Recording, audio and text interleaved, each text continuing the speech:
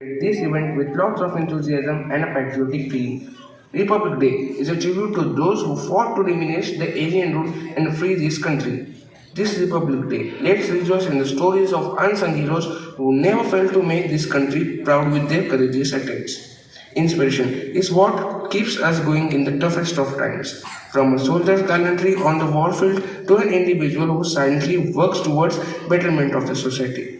Here, today we have enlisted four such inspiring Indians who have gone against all odds to inspire thousands of lives but are hard talked about. Now, I would like to call my friend to introduce the guests and take the program further. Thank you. I'm very happy that I'm getting an opportunity to meet these heroes and know what inspired them. Our first guest is Dr. Ravindra Kolle, who has dedicated his life to the tribal health services. Sir, welcome to our PIS Parbhani. Thank you. It's my pleasure to be here. Yes, I have been working in the tribal areas of Maharashtra as a community doctor and have kept my fees very minimum so that the tribal people don't hesitate to visit a doctor. When I arrived at Melghat, the infant mortality rate was close to 200 per 1000 babies. Now the count is reduced to 60. To serve these people, I earned a MD in preventive and social medicine. It's a wonderful work, sir. Really appreciate it. And I'm sure this would not be so easy. I would request everyone to applaud for Dr. Kolle. Please be seated, sir. Our second guest is Mr. Manik Sarkar. He has chosen a different path towards serving his nation. Please welcome him with a round of applause. He is often called the cleanest and the poorest Chief Minister in the country. Thank you for the lovely introduction. I am honored to be here and been recognized as one of the cleanest and the poorest Chief Minister in the country. I have been the Chief Minister of Tripura since 1998 to 2018. I and my wife live a very simple life. I don't own a personal car or a home. I live in an old and a very small house that belonged to my great-grandfather. And simple living and serving my people is of utmost importance to me, and that's what I have been doing. I would like to add a few things about Mr. Sarkar. He used to donate the entire salary that he received as a chief minister to his party and in return got 10,000 per month as allowance.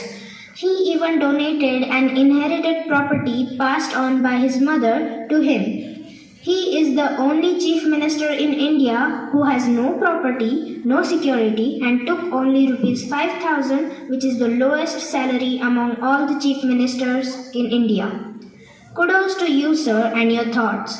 Please give a round of applause to Mr. Sarkar. Our next guest is a very interesting personality. Please welcome Mr. Rajesh Kumar Sharma. Thank you. Sir, please share your wonderful work and how you do it. I own a grocery store in Delhi, but I have a passion to teach children. I started a free school for slum children under a metro bridge.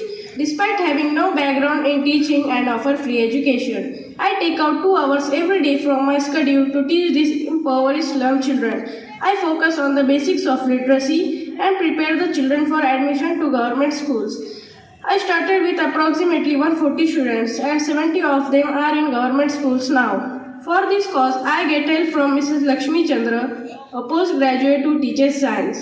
And in a small way, I am trying to work for these children so that they get educated. That's a commendable thing to do, sir. And yes, you need to be passionate in what you are doing. A big thank you, sir, and we salute your noble cause. Our next guest is Mr. Dadara Billore, who has dedicated his life after the death of his son. He is known as the Pothole Dada of Mumbai. We welcome you, sir. Thanks, the loss of my child changed my life. Sir, please share the work you do and why. I lost my 16-year-old son Prakash to a road accident because of a pothole. Despite repeated visits to corporation office, I didn't see enough efforts being made to address the issue. So I got down working with a kit that included paver blocks, a trowel, and construction sand. I am often joined by Prakash's friend or random strangers on the road who help me. I fill up every single pothole I come across in Mumbai. I also have been relentlessly fighting to bring legal justice against errant contractors and civic authorities and do not plan to quit until fair reparations have been made. Every pothole that I have filled so far is like a Shraddhanjali to my son Prakash. For I don't want anyone else to suffer the way I suffered the loss of my son. He has also created a mobile app called Spothole, which takes the help of fellow citizens to together locate potholes and resolve the issue. I would like to repeat that today we have met a few inspiring Indians who have gone against all odds to inspire thousands of lives but are hardly talked about. There are many such unsung heroes in our neighborhood who are doing things tirelessly. The action of these outstanding everyday heroes truly epitomize the values that drives for better India.